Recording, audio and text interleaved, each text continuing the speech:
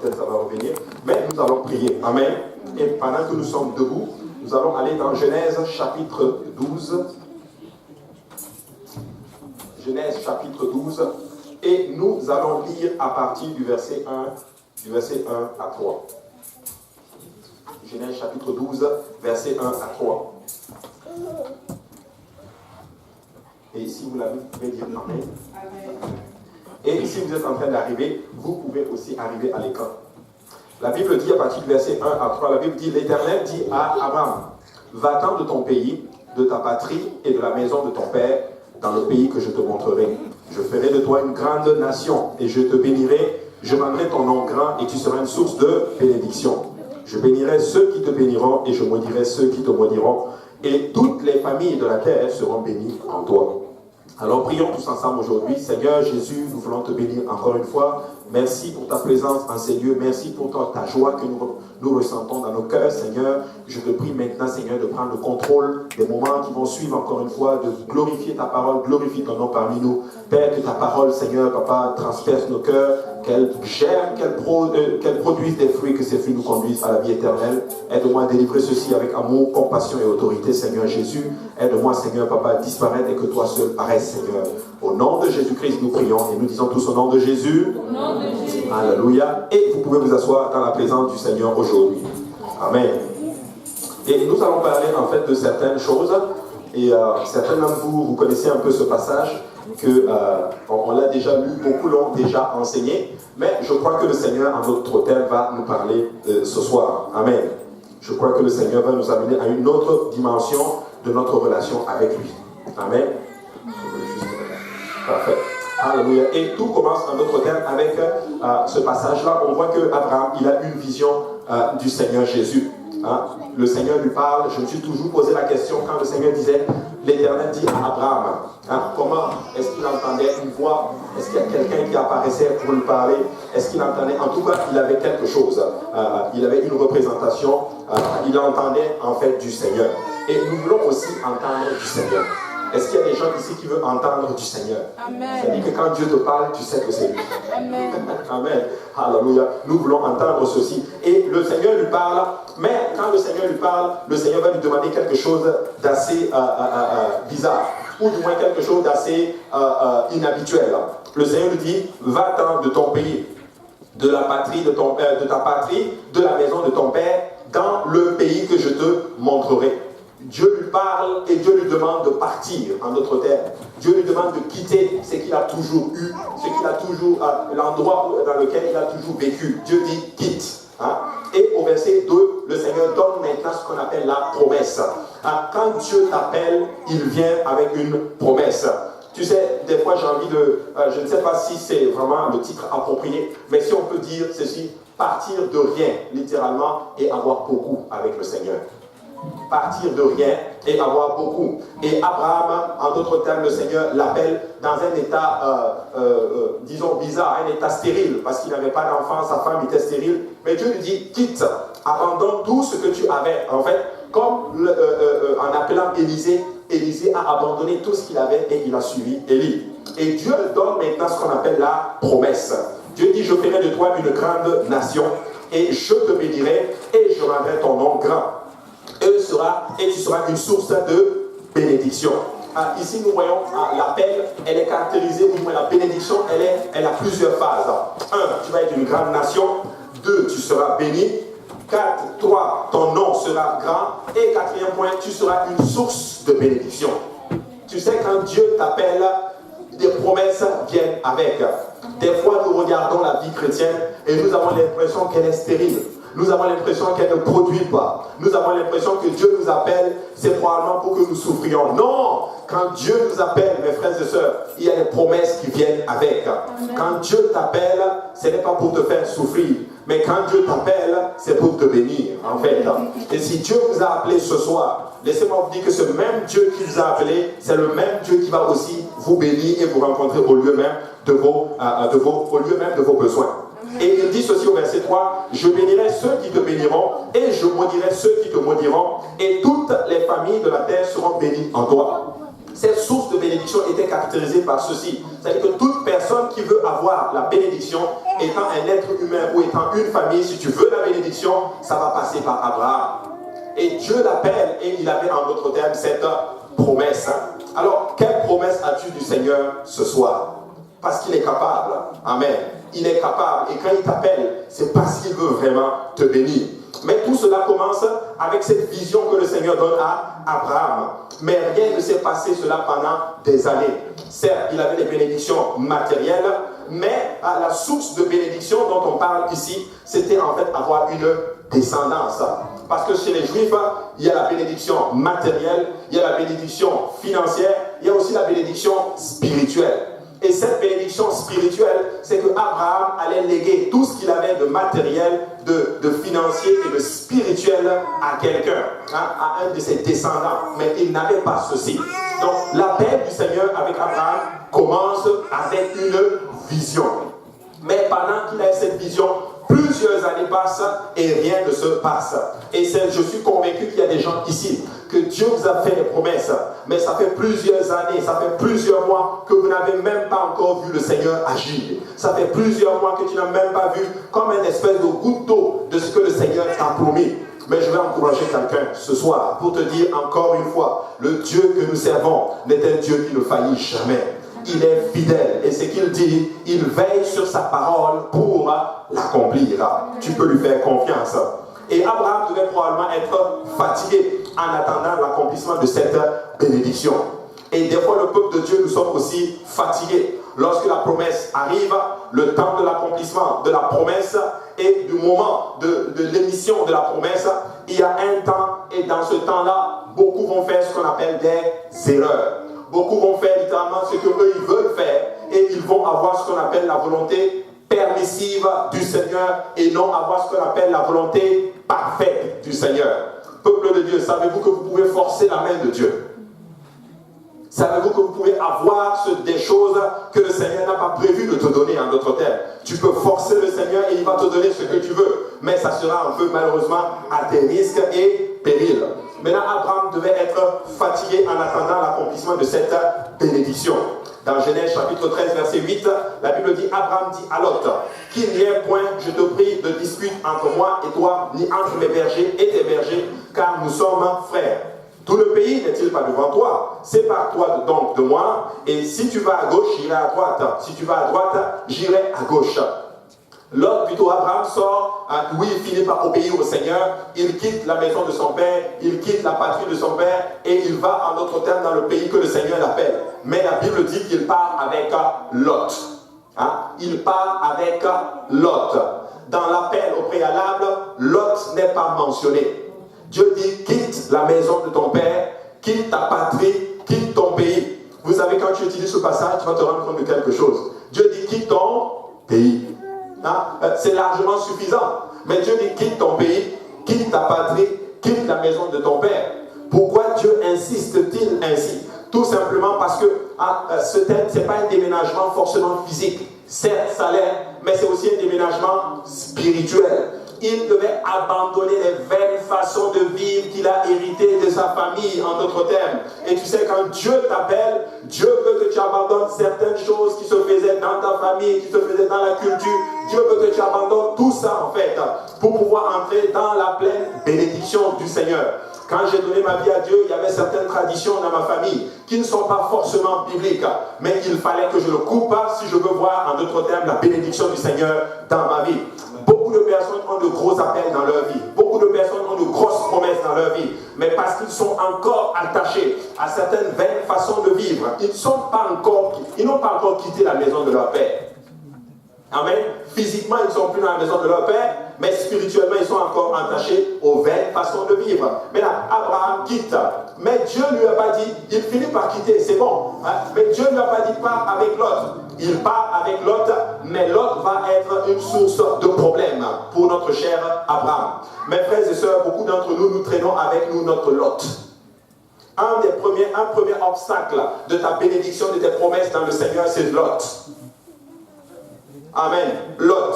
Lot, c'est quoi? Lot, c'est ce personnage ou cette chose ou cette attitude qui va t'empêcher de voir la bénédiction du Seigneur dans ta vie. qui va t'empêcher d'entrer dans les pleines promesses du Seigneur. Dieu lui a dit va, mais Dieu n'a pas dit va avec Lot. Et des fois nous traînons certains Lot avec nous. Nous traînons des fois des relations qui vont briser notre relation avec le Seigneur. Nous traînons des activités qui vont briser notre relation avec le Seigneur. Nous traînons des attitudes qui vont briser notre relation avec le Seigneur. Nous traînons certaines choses qu'on appelle Lot. Alors, qu'est-ce qu'il y a dans ta vie, mon frère, ma soeur, ce soir, que tu peux nommer Lot? Qu'est-ce qu'il y a dans ta vie que tu peux appeler Lot? Qu'est-ce qu'il y a dans ta vie que tu as traîné avec toi jusqu'aujourd'hui, ce soir, et que l'Esprit du Seigneur est en train de te parler, en train de te dire, je peux te bénir, mais il faut que tu te sépares de Lot.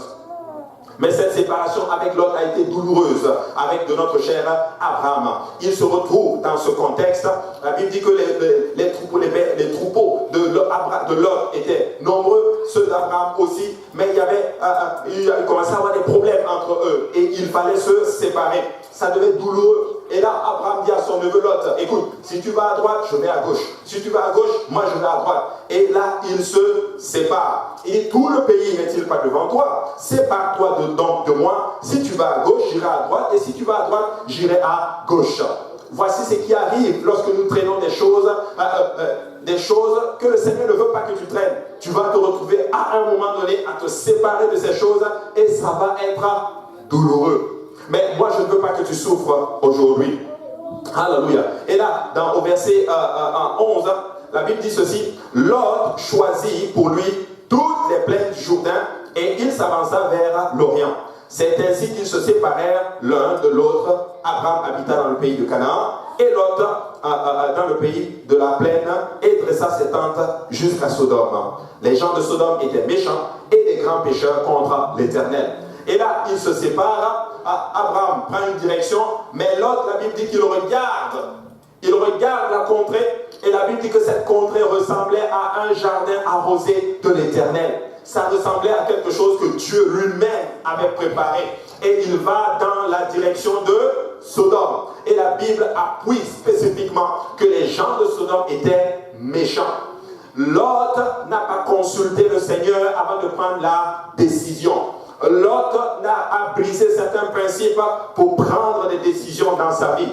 Écoute-moi mon frère, ma soeur, avant de prendre une décision, consulte le Seigneur. Même s'il y a une opportunité devant toi, qui a l'air extraordinaire, qui a l'impression que c'est le Seigneur lui-même qui le dépose devant toi, consulte quand même le Seigneur. Il s'est retrouvé dans la direction de Sodome et Gomorrhe. Tu sais, il y a quelque chose que le peuple de Dieu ne développe pas. C'est apprendre à consulter le Seigneur. Deuxième point qui va te faire perdre ta bénédiction et les promesses du Seigneur. Deuxième ennemi, consulter le Seigneur avant chaque décision. Moi, je pense que ne pas consulter le Seigneur et prendre une décision, c'est un manque de foi. Et nous faisons beaucoup ceci. Alléluia. Ça a l'air bon, ça a l'air très bien. Et si tu consultes le Seigneur, tu ne vas pas te retrouver à Sodome. Si tu consultes le Seigneur, tu vas rester dans la volonté du Seigneur, dans la volonté parfaite. Et là, il arrive là, mais regardez ce que la Bible dit au verset 14. L'Éternel dit à Abraham, après que Lot se fut séparé de lui, lève les yeux et du lieu où tu regardes vers le nord et vers le midi et à l'occident, car tout le pays que tu vois, je le donnerai à toi et à ta postérité pour toujours. Je rendrai ta postérité comme la poussière de la terre, en sorte que si quelqu'un peut compter la poussière de la terre, ta postérité sera aussi comptée. Dieu lui dit spécifiquement, après qu'il s'est vu séparé de Lot, Dieu dit, regarde maintenant, toute cette contrée, je te la donne. Dieu renouvelle la promesse au moment où il s'est séparé de Lot. Dieu redonne la promesse au moment où il s'est séparé de ce personnage qui allait l'empêcher d'entrer dans sa bénédiction. Et malheureusement, beaucoup d'entre nous, Dieu attend. Dieu veut que tu te sépares de cette chose. Dieu veut que tu abandonnes cette chose. Dieu veut que tu coupes cette chose. Dieu veut que tu abandonnes, par exemple, cette relation. Dieu veut que tu abandonnes cette chose pour qu'il approche la bénédiction dans toi. Mais toi, tu t'accroches, tu attends. Non, non, Lot. Non, Lot. Dieu dit, ok, tant que Lot est là, je ne peux pas te dire la contrée devant toi. Tant que Lot est là, le Seigneur te dit, je ne peux pas te dire, je vais te bénir. Tant que Lot est là, le Seigneur te dit, parce que si je te donne la bénédiction, Lot va le détruire. si je te donne ce que tu veux, l'autre va le détruire. Dieu dit, je veux que tu t'en sépares. Alléluia. Et des fois, nous nous inquiétons plus pour l'autre que Dieu lui-même. Dieu aime aussi l'autre. Dieu veut sauver aussi l'autre. Mais Dieu sait exactement, Dieu dit, c'est pas à toi de l'autre. Et Abraham est dans un dilemme. Qu'est-ce que je fais? Est-ce que j'abandonne ou est-ce que je n'abandonne pas? Est-ce que j'abandonne? Est-ce que je n'abandonne pas? Et à un moment donné, alors qu'il se challenge avec cette décision au plus profond de lui-même, l'autre finalement, plutôt Abraham finalement prend une décision. Certes, que beaucoup ne vont pas comprendre, certes, draconienne, mais il prend une décision. Je vais suivre le Seigneur. Je vais suivre la volonté du Seigneur. Peu importe ce que les gens vont dire. Certes, ça va être douloureux. C'est une partie de moi qui sort. C'est une partie de moi que je suis en train de laisser. Mais il dit, je vais suivre le Seigneur. Je comprends maintenant pourquoi on l'appelle le Père de la foi. Parce qu'il est prêt à suivre le Seigneur. Malgré cela, ce que cela implique, je vais le suivre. Et il s'est séparé de Lot. Lot n'est pas mort, mes frères et sœurs. Lot a été sauvé, mine de rien. Mais mon frère, ma sœur, si tu ne te sépares pas de Lot, moi je ne sais pas quel est Lot dans ta vie aujourd'hui, mais si tu ne te sépares pas de Lot, l'Éternel, tu ne pourras pas entendre cette voix de l'Éternel qui te dit, lève les yeux et regarde la contrée, car tout ce que tu vois, je te la donnerai. Alléluia. Et Abraham commence maintenant dans cette vision et dans l'attente. Il s'est séparé de l'autre, mais dans l'attente littéralement de la volonté du Seigneur, ou du moins des promesses du Seigneur dans sa vie, il patiente et il commence à s'impatienter. Premièrement, il a obéi au Seigneur, il est parti. Il a commis une première erreur. Deuxième erreur, il s'en sépare, il se sépare de l'autre. Mais la promesse et l'accomplissement, la promesse n'est pas encore arrivée dans sa vie. Il commence à s'impatienter. Qu'est-ce qui se passe, Seigneur? Tu m'as dit que tu allais me donner une descendance. Tu m'as dit que ma descendance allait être vraiment nombreuse, comme la poussière, qu'on ne pourra même plus les compter spécifiquement. Mais je suis là, mais je n'ai pas encore mon héritier. Et il devait probablement s'inquiéter. Il commence en fait à discuter avec le Seigneur. Il commence à argumenter sur la promesse, sur l'appel du Seigneur dans sa vie. Vous savez, des fois, nous argumentons. Des fois, nous luttons avec l'appel du Seigneur dans nos vies. Écoute-moi bien, moi aussi je passe des fois par ça. Moi aussi des fois je me pose des questions. Est-ce vraiment toi qui m'as appelé, Seigneur? Mais pourquoi il y a telle pression?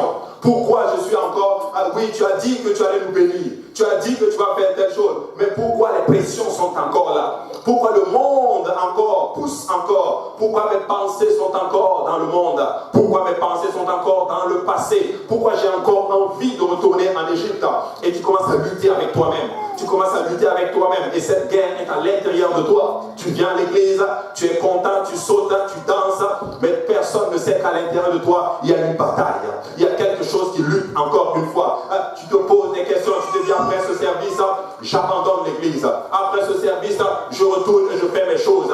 Oh, pourquoi j'ai même embarqué dans cette église? Et toutes ces choses, et c'est lutter en dedans de toi. Et ton pasteur ne peut pas le voir. Et ton frère et ta soeur ne peuvent pas le voir. Mais je suis en train de te dire, ce qui t'arrive, c'est humain. Ce qui t'arrive, c'est normal. Parce que nous sommes des êtres humains.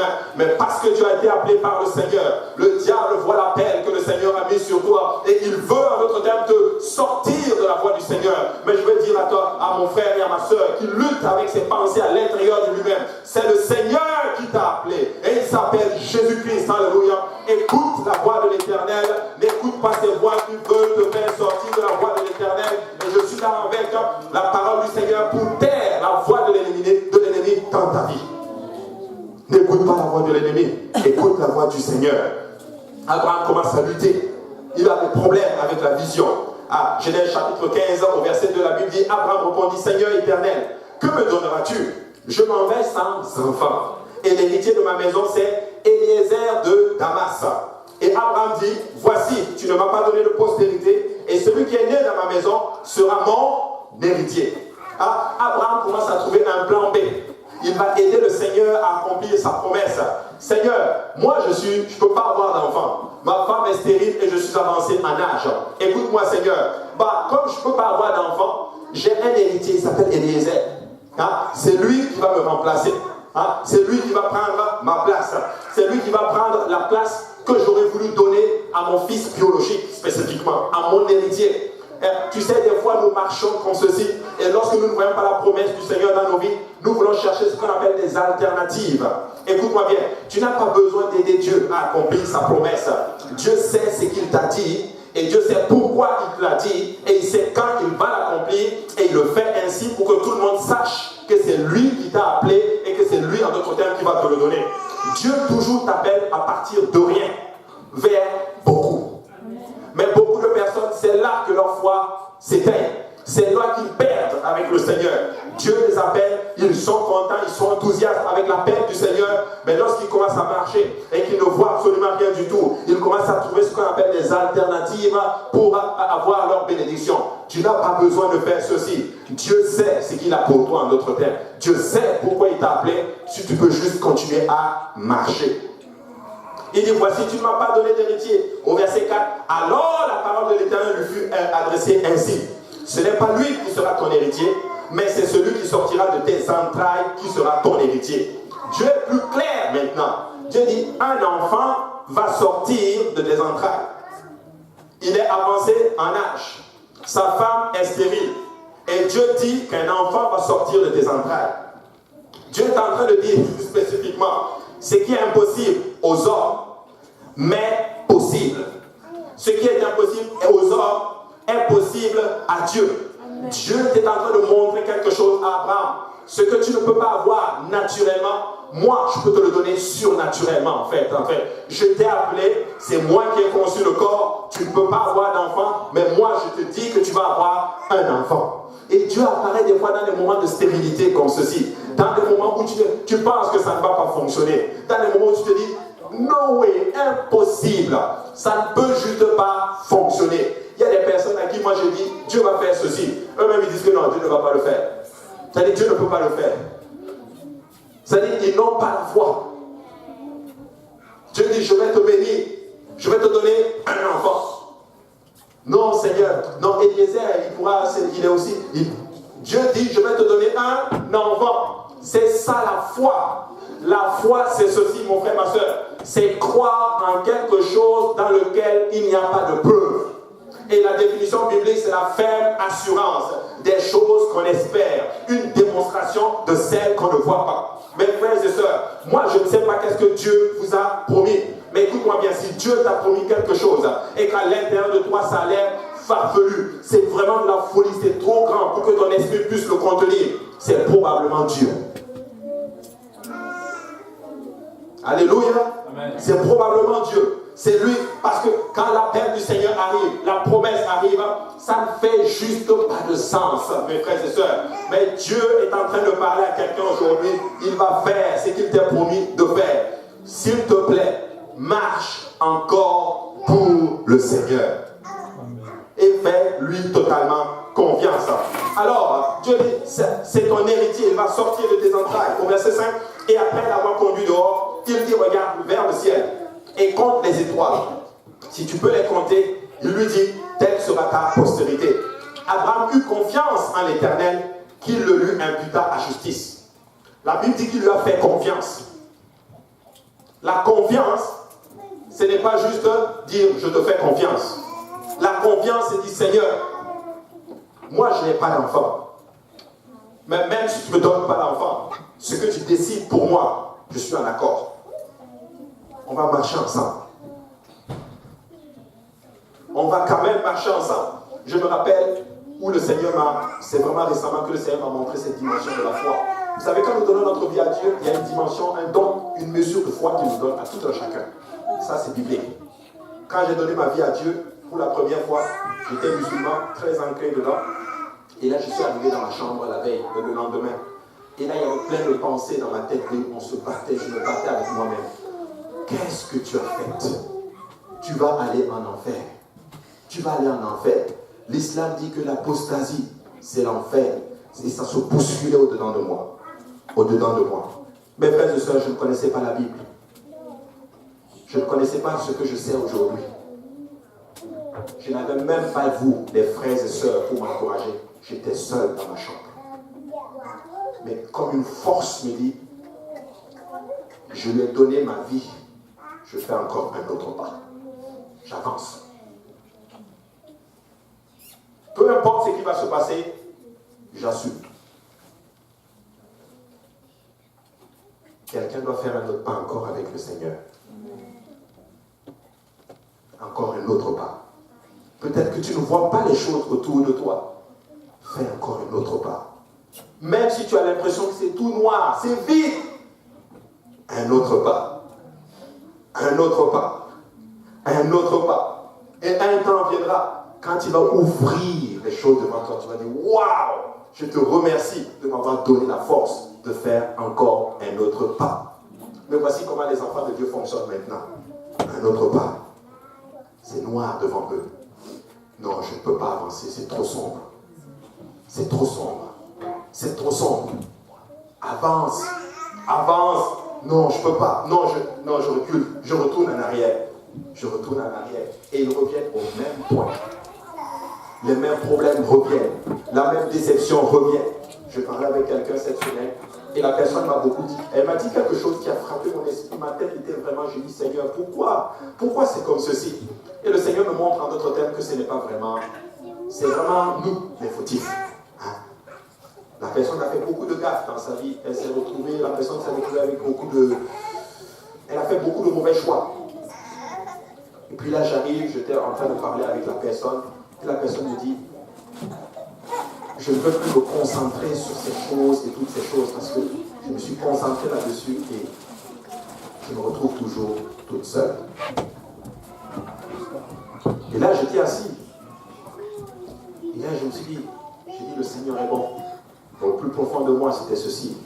Certes, tu as fait de mauvais choix, mais le problème, c'est que tu ne veux pas faire un autre pas encore avec le Seigneur.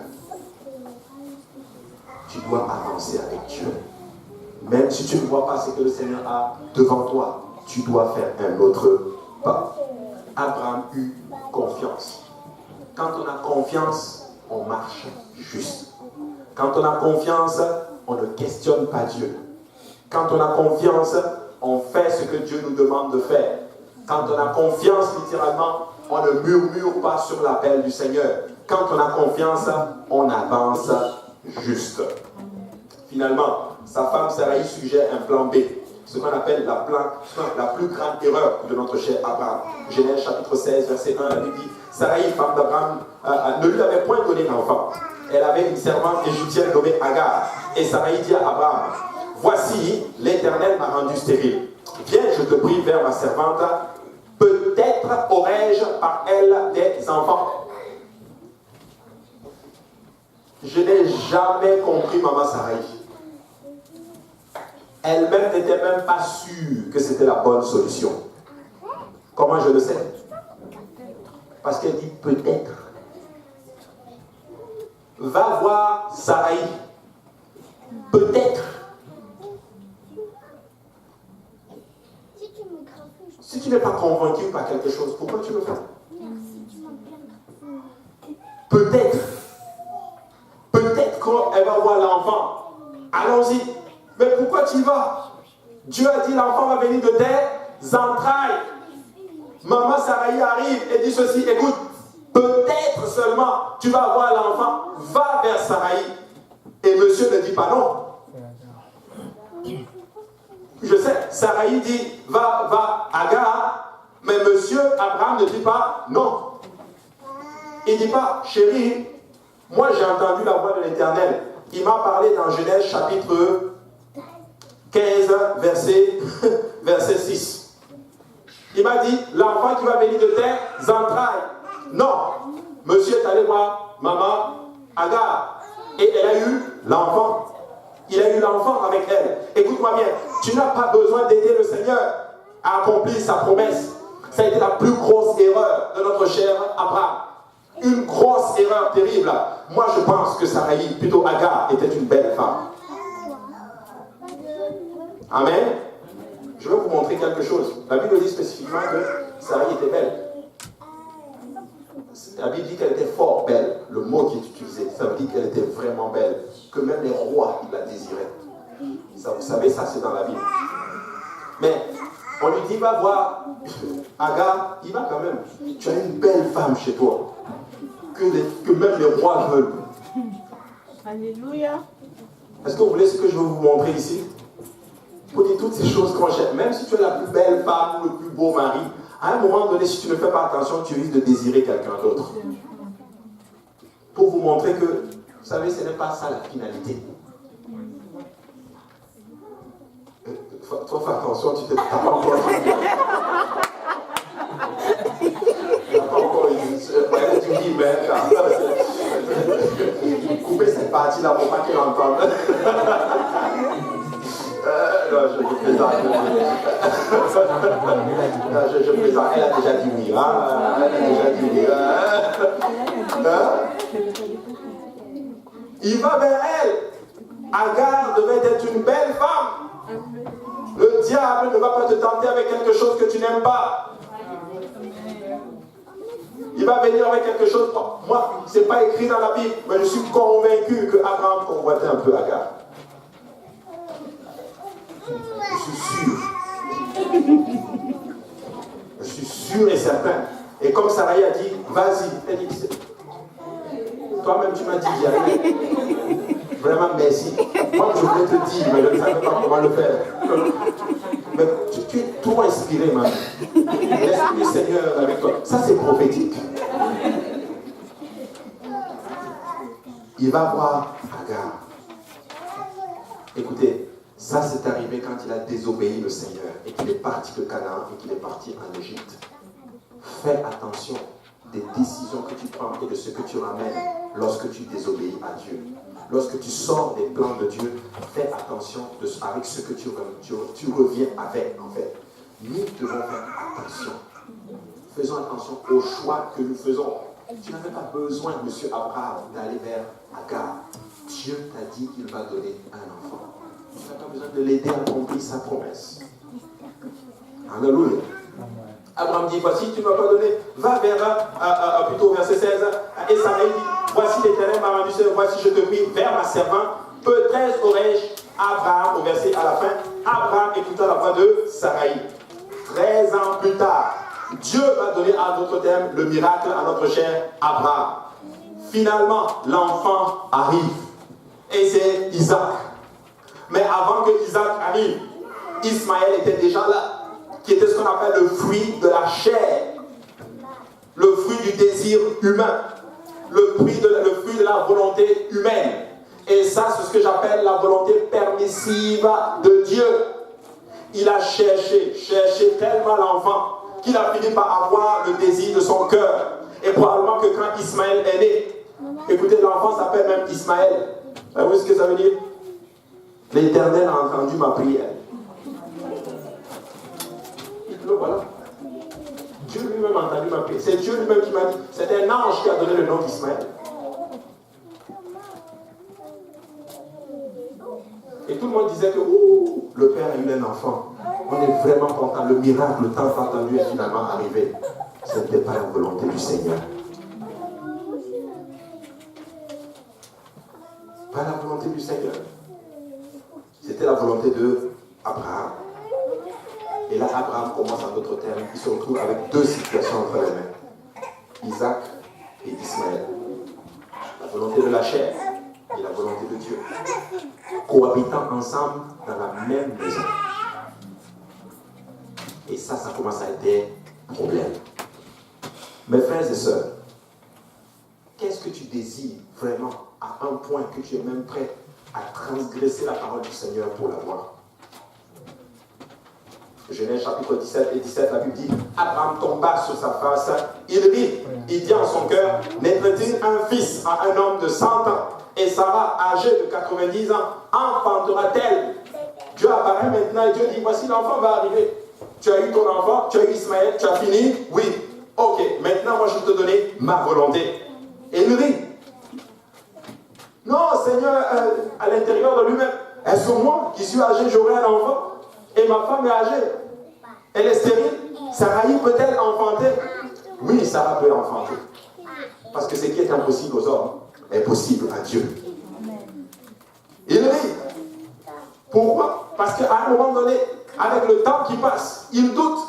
Ça ne va plus jamais arriver. Ah, depuis que moi je sers le Seigneur, je vois juste les parents des autres qui sont sauvés. Je vois juste la restauration dans la vie des autres. Mais moi, ça ne va jamais arriver. Non, c'est correct. J'accepte. Écoute-moi bien. Il y a des choses qui ne changent pas dans ta vie parce que toi, tu les trouves normales. Il y a des choses qui ne changent pas dans la vie parce que tu as accepté la fatalité. Mais laisse-moi te dire, mon frère, ma soeur, si tu ne te lèves pas à un moment donné et dire, ça suffit, moi je vais faire ce que Dieu me demande de faire, le problème va toujours perdurer et tu vas te retrouver à faire des choses et ça va te donner des résultats et tu vas nommer ceci la volonté du Seigneur. Non, ce n'est pas la volonté du Seigneur, c'est ton propre désir. Mais laisse-moi te dire que si tu attends de l'Éternel, tu auras la volonté parfaite de Dieu. Parce que la bénédiction du Seigneur se fait suivre d'aucun chagrin, la Bible déclare. Aucun chagrin. Abraham commence à rire. Les gens, tu vas voir l'enfant finalement. Isaac arrive et ça commence à être un problème. Ça devait être douloureux pour notre cher Abraham de voir ses deux enfants en train de courir dans la maison. Un doit hériter, l'autre ne peut pas hériter en d'autres termes. Comment je gère ceci? Beaucoup d'entre vous, vous êtes en train de gérer des erreurs, des choses que vous avez faites, littéralement des décisions que vous avez prises sans le Seigneur. C'est difficile, mais je comprends ceci, mais je vais te dire ceci, si tu fais confiance au Seigneur et que tu vas faire exactement ce que le Seigneur va te demander de faire, tu vas sortir en fait de ton problème. Alléluia. Au verset 18, il dit ceci, Abraham est si familier avec son erreur qu'il ne voit même pas son miracle. Regardez, alors que le Seigneur lui dit, tu auras un enfant, voici ce qu'il dit au verset 18. Et Abraham dit à Dieu, oh, qu'Ismaël vive devant ta face. Dieu dit, tu vas avoir un enfant. Tu vas finalement l'avoir. L'enfant qui va sortir de tes entrailles. Seigneur, qu'Ismaël vive devant toi. Il est tellement familier avec son problème, avec son erreur, qu'il ne voit plus le miracle. Et il y a beaucoup de personnes comme ceci. Dans la maison du Seigneur, vous avez accepté votre situation. C'est normal de vivre comme ceci. C'est normal de continuer comme ceci. Écoutez, ce n'est pas normal, mon frère, ma soeur. Ouvre un peu les yeux quand Dieu veut performer un miracle dans ta vie. Écoutez, il y a quelqu'un que j'ai connu comme ceci. C'est un peu triste, mais Dieu est en train de restaurer la personne, en train de faire de grandes choses dans la vie de la personne. La personne était liée à une personne et c'était vraiment terrible. Cette personne-là, en d'autres termes, s'inquiétait plus de la relation que Dieu lui-même. Et sa vie de la personne était figée. C'est comme si la vie de la personne était fermée. C'est comme si à elle-même, elle avait fermé le robinet qui allait amener son miracle. Elle acceptait cette situation. Et cette personne a vécu là-dedans pendant des années. Mais lorsque la personne a rencontré Dieu et que l'Esprit du Seigneur a commencé à traverser le cœur de la personne, Dieu a commencé à lui dire, il faut que tu coupes ça, il faut que tu coupes ça, il faut que tu coupes ça. Elle pose la question elle-même, elle commence à lutter en dedans d'elle-même. Elle lutte, qu'est-ce que je dois faire? Est-ce que j'y vais? Est-ce que je n'y vais pas? Est-ce que je laisse? Est-ce que je ne laisse pas? Et à un moment donné, la personne est venue me voir et me dire, pasteur, je suis fatigué. Moi, je veux prendre une décision. Je vais suivre la volonté du Seigneur. Peu importe. Si ça passe, ça passe. Si ça casse, ça casse. Mais je vais faire la volonté du Seigneur. Oh, laissez-moi vous dire qu'aujourd'hui, si vous voyez ce que le Seigneur est en train de faire dans la vie de cette personne, alléluia, la personne est en ce moment bénie à un niveau que vous ne pouvez pas imaginer. Et j'ai dit à cette personne, lorsque je l'ai rencontrée, j'ai dit, écoute-moi bien, Dieu n'a pas encore fini avec toi aussi. Ouvre grandement les yeux. Parce que ça, ce n'est juste qu'une goutte d'eau de ce que le Seigneur a en réserve pour toi. Dieu va te restaurer. Dieu va restaurer ta famille. Dieu va te donner des choses que tu n'aurais jamais imaginées. Et des choses pour lesquelles tu te bats pour avoir. Dieu va te le donner pendant que tu es en train même de sommeiller, tout simplement. Tu vas avoir toutes ces choses sans te battre. Ce sont des choses que le Seigneur lui donne, que beaucoup de personnes luttent pour avoir, mettent des années pour bâtir. Dieu lui a donné cela comme ceci. Tiens, ma fille. Parce qu'elle a décidé à un moment donné de faire confiance au Seigneur. Elle a pris une décision draconienne. Abraham était habitué à vivre cette vie. Que quand on lui a dit le miracle arrive, il dit que non, mon miracle, c'est mon erreur. Non. Genèse chapitre 18 et verset 13, la Bible dit, l'Éternel dit à Abraham, pourquoi donc Sarah a-t-elle ri en disant, est-ce que vraiment j'aurai un enfant, moi qui suis vieille? Y a-t-il rien qui soit étonnant de la part de l'Éternel? Au temps fixé, je reviendrai vers toi à cette même époque, et Sarah aura un fils. Et Isaac et Ismaël, le le miracle d'Abraham et son erreur, ils vont grandir dans la même maison, et cela pendant un certain temps. Ça nous fait penser un peu au blé et à l'ivraie, dans Matthieu chapitre 13. Mais regardez ce que la Bible dit dans Romains chapitre 7 et 18. Ce qui est bon, je le sais, n'habite pas en moi, c'est-à-dire dans ma chair. J'ai la volonté, mais non le pouvoir de le faire. Car je ne fais pas le bien que je veux, et je fais le mal que je ne veux pas. Et si je fais ce que je ne veux pas, ce n'est plus moi qui le fais, c'est le péché qui habite en moi. Paul explique cela d'une façon clairement. Paul dit que ce que je veux faire, je n'arrive pas à le faire. Mais ce que je ne veux pas faire, eh bien c'est ça que je fais. Et Paul en déduit. Voici la conclusion maintenant.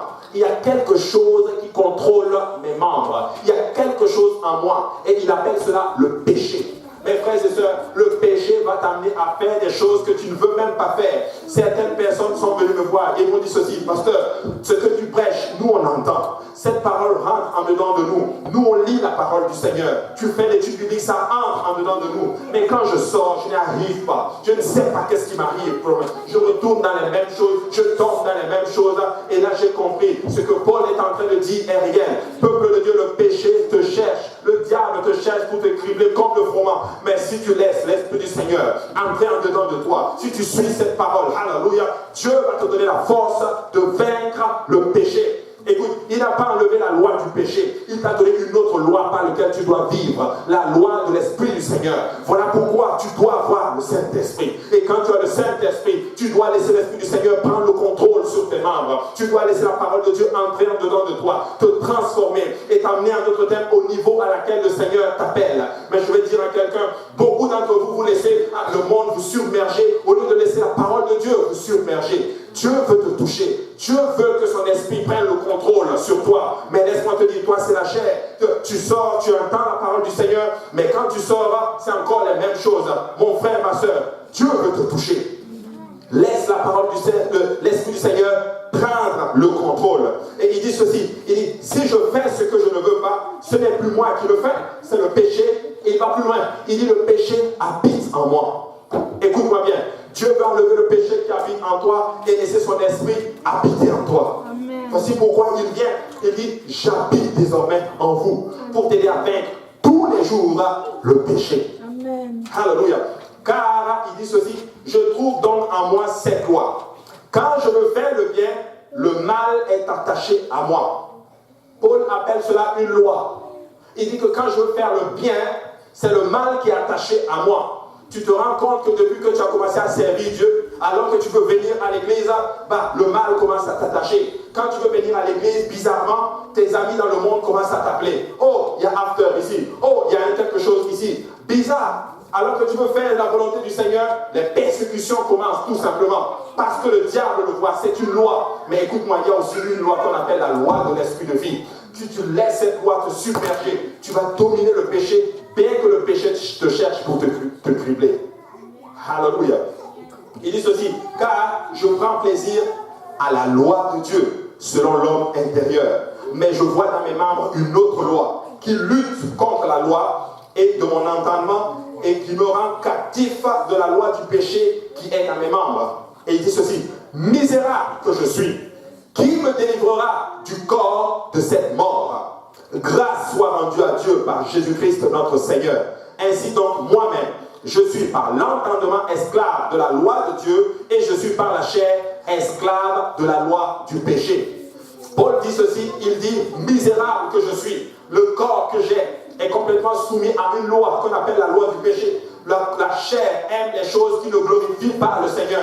Mais ils disent, mon esprit est attaché à Dieu. Moi, misérable que je suis, qui va me délivrer? J'ai une bonne nouvelle pour quelqu'un aujourd'hui. Christ est venu pour que tu vives. Christ a pris le péché, il a crucifié le péché à la croix. Pour que toi aussi, si tu donnes ta vie à Dieu et que tu obéisses à l'évangile, que tu te répandes de tes péchés, que tu entres dans les eaux au nom de Jésus-Christ pour le pardon de tes péchés, il va te donner son esprit. Et alors qu'il te donne son esprit, il te donne la puissance littéralement pour vaincre le péché. Quand tu es baptisé au nom de Jésus-Christ, la Bible dit que c'est en sa mort que nous avons été ensevelis. Grâce soit rendue à notre Seigneur Jésus-Christ. Le jour où Isaac arrive à maturité, Ismaël commence à se moquer de lui. Tu sais, si tu ne veux pas faire face à ton erreur, maintenant, elle va finir par se moquer de ton miracle. Amen. Si tu refuses de faire face et de régler le problème, maintenant, ce problème va se moquer de ton miracle bientôt. Alléluia. Ça, c'est aussi une simple réalité. Beaucoup de personnes ne veulent pas faire face à la situation qu'ils traversent. Tu dois faire face au problème. Tu dois affronter la situation maintenant. Ça ne sert à rien de fuir. On court. Le problème est là, on court. Écoute, lève-toi. Aujourd'hui, c'est aujourd'hui. Je donne ma vie à Jésus-Christ. Moi, je me répands. Je veux me faire baptiser au nom de Jésus. Je reçois le don du Saint-Esprit. Et à partir d'aujourd'hui, je sers Dieu. Le reste, bye bye. Et là, à ce moment, Dieu va te dire, lève la tête et regarde. Voici ce que j'ai en réserve pour toi. Mais beaucoup, nous ne voulons pas faire ceci. Nous ne voulons pas faire. Quand j'ai donné ma vie à Dieu, j'étais paumé comme pas possible. Endetté. Problèmes familiaux, problèmes scolaires, problèmes financiers. Toutes sortes de problèmes. Le kit. Dans un paquet, c'était moi. Jésus, me voici. Et quand tu ouvres le paquet, problème d'immigration, problème à l'école, problème familiaux, problème spirituel, c'est moi. Prends-moi, Seigneur, Dieu de Jacob, soutiens ma foi. Mais nous servons un Dieu qui est fort. Dieu a pris le paquet, alléluia. Il a commencé d'abord par enlever ça. Il a commencé par enlever ça. Il a commencé par enlever ça. Il a commencé à laver un peu. Il a commencé à raffermir sur le roc. Il a donné l'esprit, alléluia. Et il a donné un nouveau chemin. Et l'homme qui est devant vous n'a absolument rien à voir avec l'homme qui a donné sa vie au Seigneur il y a quelques années. Mes frères et sœurs, si tu donnes ta vie à Dieu, Dieu va faire ce qu'il a dit qu'il va faire dans ta vie. Dieu a même plus en réserve pour toi que toi-même tu t'imagines. Alléluia. Ton miracle ton erreur va se moquer de ton miracle si tu ne l'affrontes pas maintenant. Regardez Genèse 21, 8. L'enfant grandit et fut sevré, et Abraham fit un grand festin. Le jour où Isaac fut sevré, Sarah vit rire le fils qu'Agar, l'Égyptienne, avait enfanté à Abraham. Elle commence à se moquer de lui. Pourquoi? Parce que son fils est l'aîné.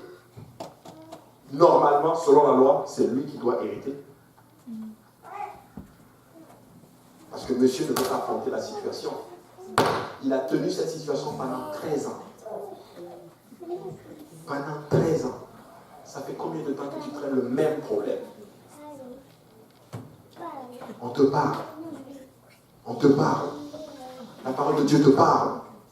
On prêche tous les jours. Change ça. Change ça. Change ça. Change ça. Ok, non, ça va aller, non, ça va aller, ça va aller, ça va aller. Jusqu'au jour où tu arrives, où tu butes un mur. Et là, tu viens. Tu changes quand même ça. Mais tu as quitté un mur. Tu vas prendre les conséquences de ce que tu as fait. Mais laisse-moi te dire, aujourd'hui, c'est le jour. Voici l'heure acceptable. Si tu entends la voix de l'Esprit te parler aujourd'hui, n'endurcis pas ton cœur. Continue à servir. Change et sers le Seigneur. Abraham aimait Ismaël. C'est un sacrifice de s'éloigner de quelque chose que l'on pensait devoir posséder et de sortir littéralement et de le laisser partir de soi. Tu penses que tu devais le garder, mais Dieu te dit aujourd'hui, laisse tomber. Genèse 17, 18, et Abraham dit à Dieu, oh qu'Ismaël vive devant ta face. Mais Ismaël n'était pas l'enfant de la promesse. Oh que cette situation perdure. Mais ce n'est pas la situation que Dieu veut pour toi. Genèse 21 et 10, la Bible dit, et elle dit à Abraham, chasse cette servante et son fils, car le fils de cette servante n'héritera pas avec mon fils, avec Isaac. Cette parole était plus forte aux yeux d'Abraham à cause de son fils. Il devait se séparer.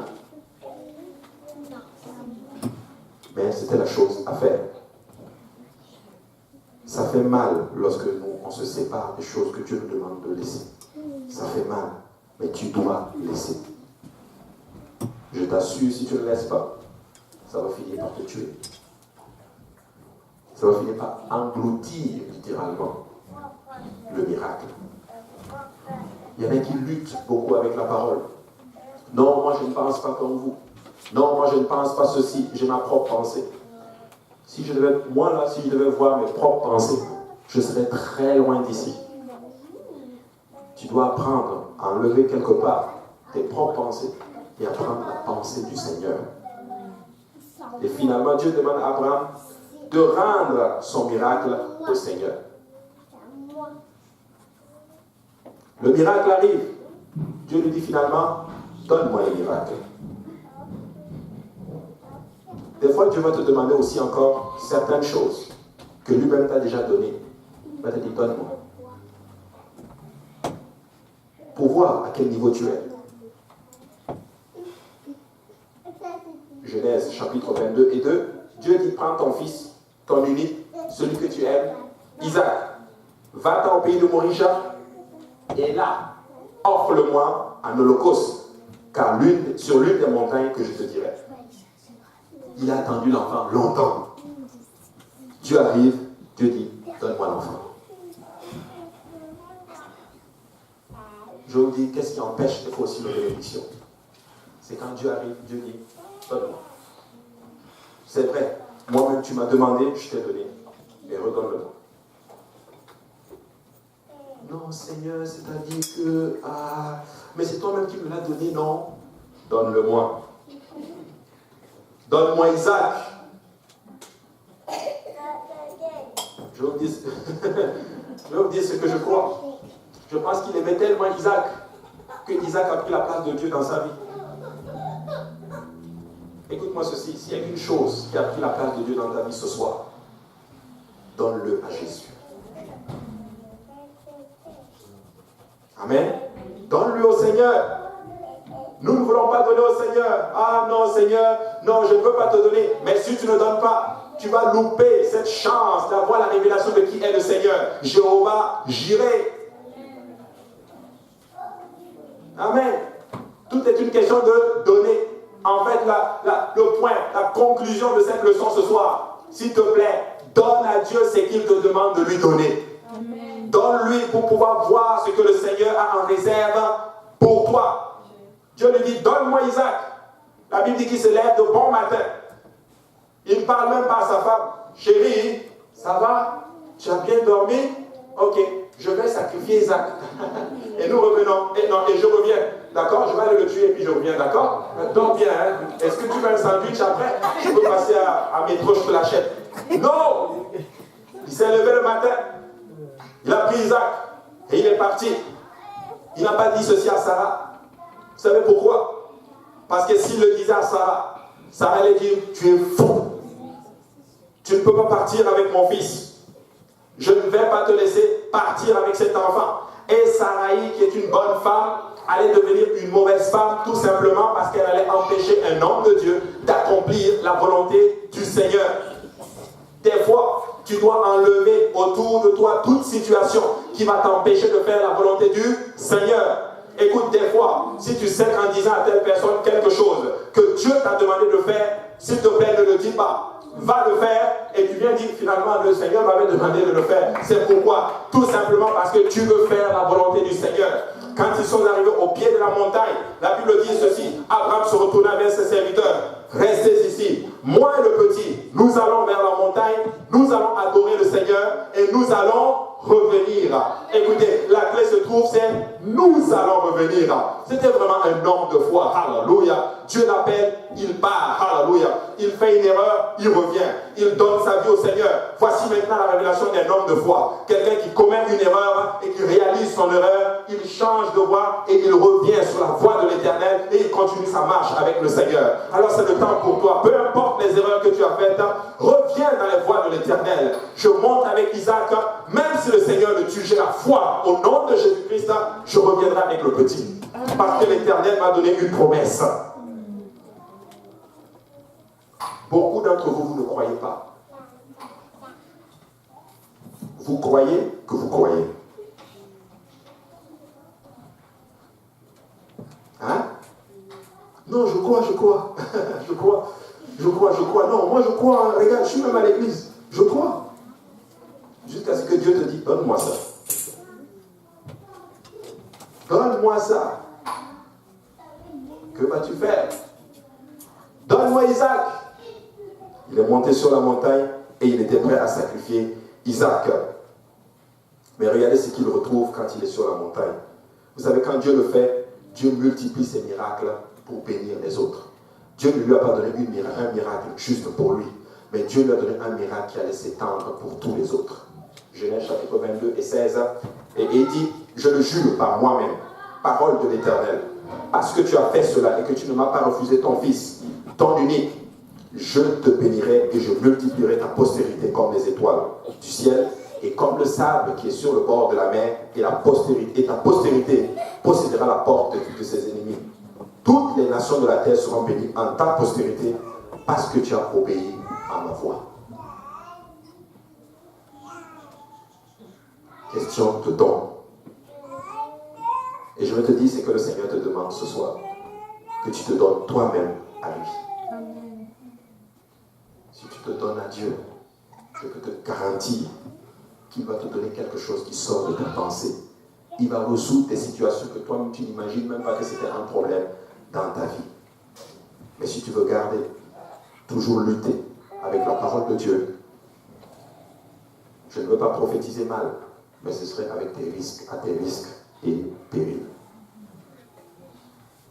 À tes risques et périls. Mes frères et sœurs, c'est le temps de donner à Dieu. C'est le temps de nous donner nous-mêmes totalement au Seigneur. Et faisons attention à ce que nous engendrons et ce que nous appelons la bénédiction de l'Éternel. Je veux finir ceci avec un témoignage. On peut se lever tous ensemble, j'ai fini. Je veux finir ceci avec un témoignage sur ma propre vie. Sur ma propre vie.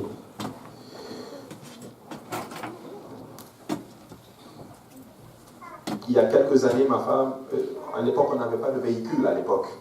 Ce n'est rien, c'est juste des manières. J'en parle parce que il y a un frère qui a eu un petit bobo avec son véhicule. Mais ça vient juste de tomber dans mon esprit. Et on n'avait pas de véhicule. Et là, le Seigneur nous montrait, prenez tel type de véhicule. Mais, vous savez, on est souvent deux quand on fait ça. Ma femme et moi, on voulait notre type de véhicule à nous. Le Seigneur nous dit non. On était un peu jeunes dans la foi, on grandissait un peu dans le Seigneur et on n'arrivait pas, à l'époque, on avait du mal encore à discerner la voix du Seigneur. Hein, on était vraiment à tâtons. Comme maintenant, un peu plus à tâtons, mais un peu moins qu'avant. Hein? On ne comprenait plus la voix du Seigneur. Mais nous, on voulait notre propre véhicule à nous. On nous a conseillé, on nous a dit non, prenez ça. C'est-à-dire, Dieu a même envoyé quelqu'un me donner même la fourchette de prix.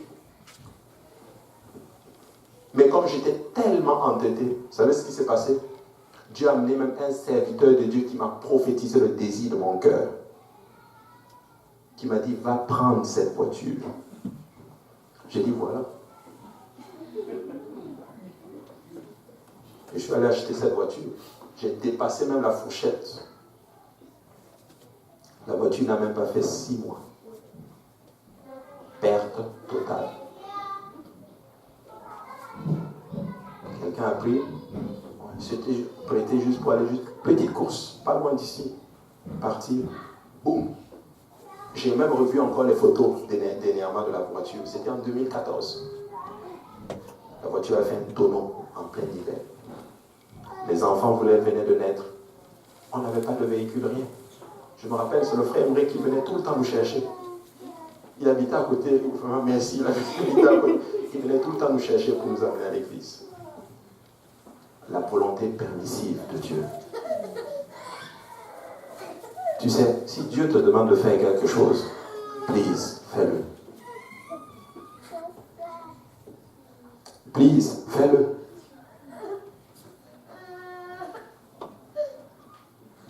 Je ne sais pas si je peux parler de cela, mais... Hein? Je veux le dire parce que je veux vraiment vous aider. C'est arrivé dans une situation où c'est réel. C'est vraiment réel. C'est une situation qui est vraiment arrivée où Quelqu'un voulait faire un achat, il voulait investir. Je vous le dis, il voulait acheter une maison. Il est allé voir son pasteur, le pasteur lui a dit, je pense que ce n'est pas le bon moment et je pense que c'est trop cher. Ah non, on a fait notre budget et tout, ça va bien fonctionner, ça va rentrer dedans. Ça va vraiment rentrer dedans. Et l'homme de Dieu, vous savez, des fois, Dieu doit lui inspirer certaines choses et tu ne sais pas, il faut faire souvent très attention. Tu lui dis ceci, mais... Et si tu prends ça et que tu perds ton emploi, qu'est-ce que tu fais? Bah non, on a fait le calcul, ça dit c'est des choses que tu ne vois pas. Mes frères et sœurs, il a signé aujourd'hui. Une semaine plus tard, il perdait son travail. C'est une histoire réelle. Je connais la personne, je connais le pasteur. Mais sur le coup, tu ne le vois pas. Tu es tellement enthousiaste que tes yeux sont voilés. J'ai eu des situations où j'avais vraiment besoin de certaines choses, les désirs de mon cœur. Et sur le coup, tu as l'impression que c'est la volonté du Seigneur. Jusqu'à ce que Dieu ouvre tes yeux. Et tu dis, mais c'est en fait moi qui le veux. Ce n'est même pas Dieu. Ça ne rentre pas dans les paramètres du Seigneur. Il y a un problème. Avec le temps, ça va te rattraper.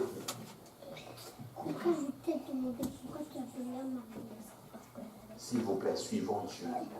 Si Dieu te demande quelque chose, il te demande ce bois, voici ton bois, prends-le. Je sais de quoi je vous parle.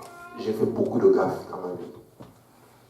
Financièrement, matériellement et spirituellement, j'ai eu beaucoup de retard dans ma croissance, même dans le Seigneur. Tout simplement à cause de l'obéissance. Donne à Dieu. Donne à Dieu. Alors ce soir, nous allons venir à l'hôtel et je vais vous demander quelque chose.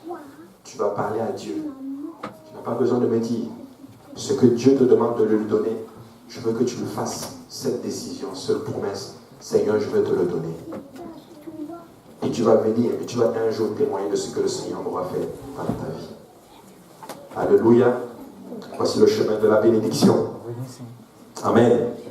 Alléluia. Si nous pouvons venir à l'hôtel tous ensemble. Alléluia.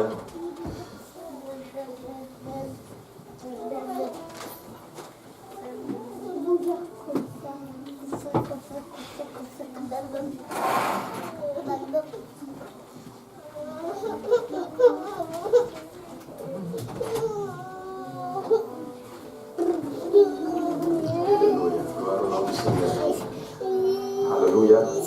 On peut juste parler au Seigneur, tous ensemble, et dire au Seigneur, et vous savez, tout à chacun de nous, il y a quelque chose que Dieu nous demande.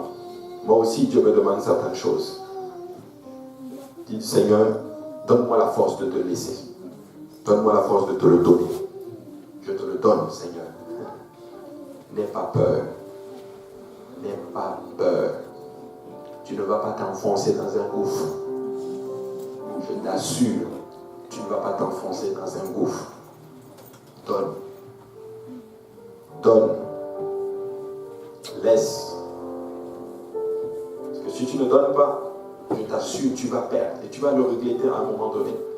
Je ne sais pas, mais je ressens vraiment que je suis en train de parler à quelqu'un. Quelqu'un est en train de serrer quelque chose dans ses mains. Le Seigneur est en train de dire, donne-moi s'il te plaît. Tu sais, tu peux te donner toi-même à Dieu. Alléluia. Si nous pouvons prier ensemble, alléluia. Prions le Seigneur ce soir, prions le Seigneur. Alléluia. Seigneur Jésus, ce soir je viens maintenant encore vers toi. Te dire, Seigneur, à quel point nous sommes désolés, Seigneur Jésus. Il y a tellement de choses, Seigneur, en nous qui empêchent notre croissance en toi et qui empêchent, Seigneur, ta main, Seigneur. Ta parole déclare que ta main n'est pas trop courte, ni ton oreille trop dure pour entendre. Mais ce sont nos péchés qui mettent une barrière entre nous et toi, Seigneur. Ce soir, je veux te demander encore une fois, donne-nous la force de tout laisser entre tes mains, Seigneur. Donne-nous la force, Seigneur, de nous donner totalement à toi, Seigneur Jésus. Donne-nous la force, Seigneur Jésus. Même si Ismaël est né, Isaac peut naître. Et tu peux trancher cette situation, Seigneur. Ce soir, Seigneur, nous ne voulons pas sortir d'ici tel que nous sommes entrés, Seigneur. Nous voulons déposer à tes pieds maintenant tout ce que tu nous demandes de laisser, Seigneur. Nous voulons nous abandonner totalement à toi. Ce soir, Seigneur, alors que la conviction est dans nos cœurs, Seigneur, je te prie encore une fois, Seigneur, emmène-nous maintenant à franchir le pas avec toi, Seigneur. Un pas de plus. Un pas de plus. Un pas de plus. Un pas de plus, Seigneur. Avec toi, Jésus. Alléluia, Jésus. Alléluia. Si tu peux parler à ton Dieu. Si tu peux parler à ton Dieu et lui dire, donne-moi la force, Seigneur, de tout abandonner entre tes bras, Seigneur. Donne-moi la force de me donner à toi, Seigneur. Donne-moi la force de marcher avec toi, Seigneur Jésus. Donne-moi la force, Seigneur, de tout abandonner entre tes saints bras, Seigneur Jésus-Christ. Parce que je veux faire ta volonté, Jésus. Alléluia, Seigneur. Alléluia. Parlons maintenant, Seigneur.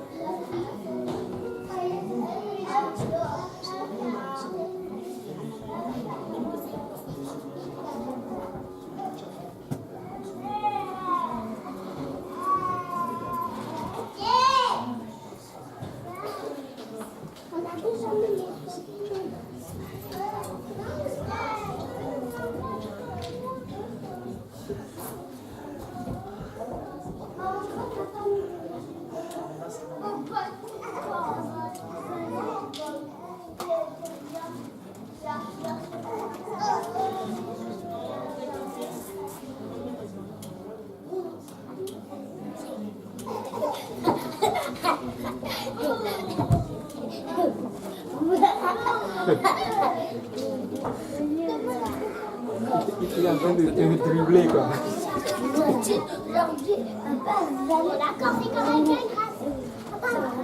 Frère Achille, j'ai parlé avec le pasteur, mais il doit occuper la semaine passée. Peut-être cette semaine? Oui, Quand tu es dispo? bon, ça va dépendre de quelle heure. Sinon, c'est vrai que non, je vais à l'école. Je reprends le mardi. Mais j'ai arrêté le travail. Et comme je vais reprendre la première chose, ça va être calme. Après ça, ça Mais c'est le matin ou le soir? c'est le soir. Le matin, comme ça va être calme, le travail, le bon, Oui, comme ça le dimanche. C'est pour ça que je dis, comme ça le dimanche. ça va être dessus que je peux faire là. Parce que moi, il y a l'air de venir pour moi. Parce que les habits ont fini l'école, mais il m'a dit, On a déjà parlé de ça. il a dit comment c'est parce que comme ils sont en l'examen. Mais il travaille aussi. Oui, il m'a dit qu'il a commencé le travail à IGA.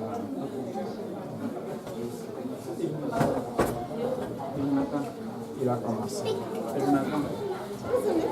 Ah, ça, je ne vais pas demander. Mais l'un ou l'autre, essaie d'organiser ça. On peut être dispo avec toi. Mais si les gamins que je te dois, Oui, oui. Il m'a dit la semaine, dans la semaine. Peut-être tu peux le relancer, peut-être. Il m'a déjà dit dans la semaine, mais tu peux lui dire que je t'ai dit dans la semaine, tel jour.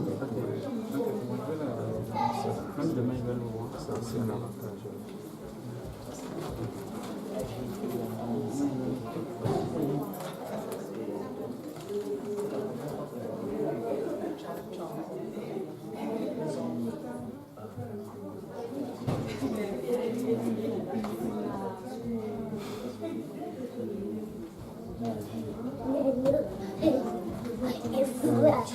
Il a donné un titre au message.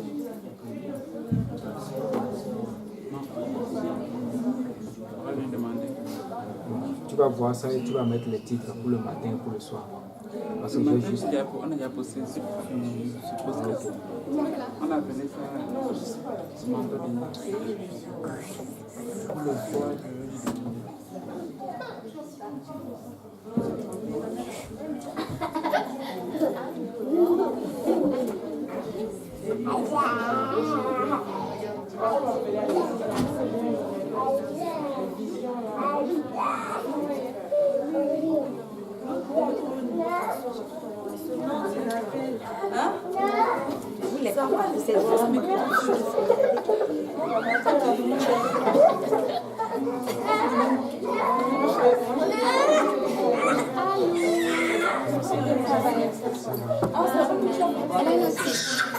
Elle est un peu malade depuis. Alors elle prend des médicaments. Finalement, ils nous ont presque un médicament jeudi ou le vendredi. Pardon, vendredi. Sinon, avant, ils nous avaient mis presque Elle doit prendre ça combien de temps?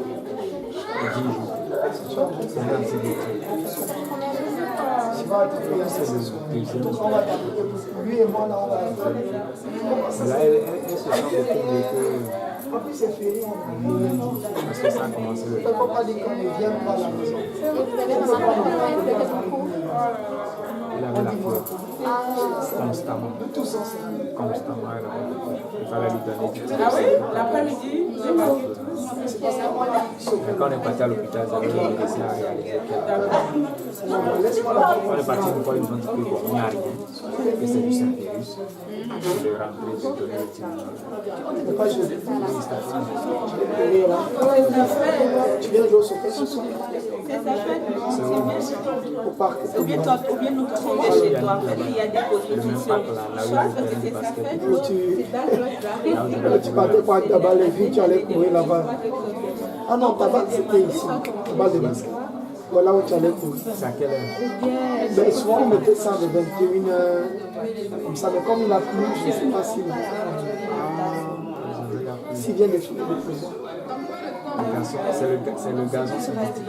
Mais sinon demain, si c'est pas aujourd'hui, quoi. Demain nuit aussi. Non, parce que c'est férié. Bon, je vais voir peut-être. Faut que tu. Je vais bouger un peu les atomes. Moi, je suis allé jouer parce que ça, dès que ça n'allait pas, je montais un peu les escaliers, je sens comment j'ai soufflé. Si c'est pour ça va faire du bien. Même je viens dormir chez toi. Et je viens dormir, c'est posé. Tu vas à la maison. Non, je viens. Non, oui, je viens. Papa, c'est le Donc ils vont te déposer.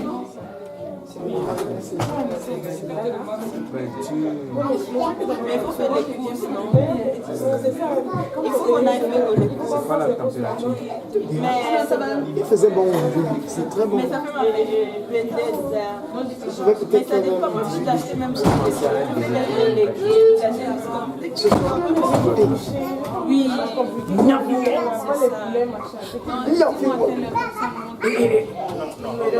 mais oui, on a des bus. Ok.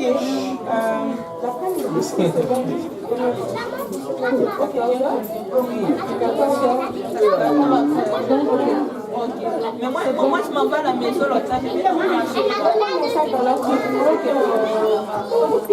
C'est les trucs qui sont bas.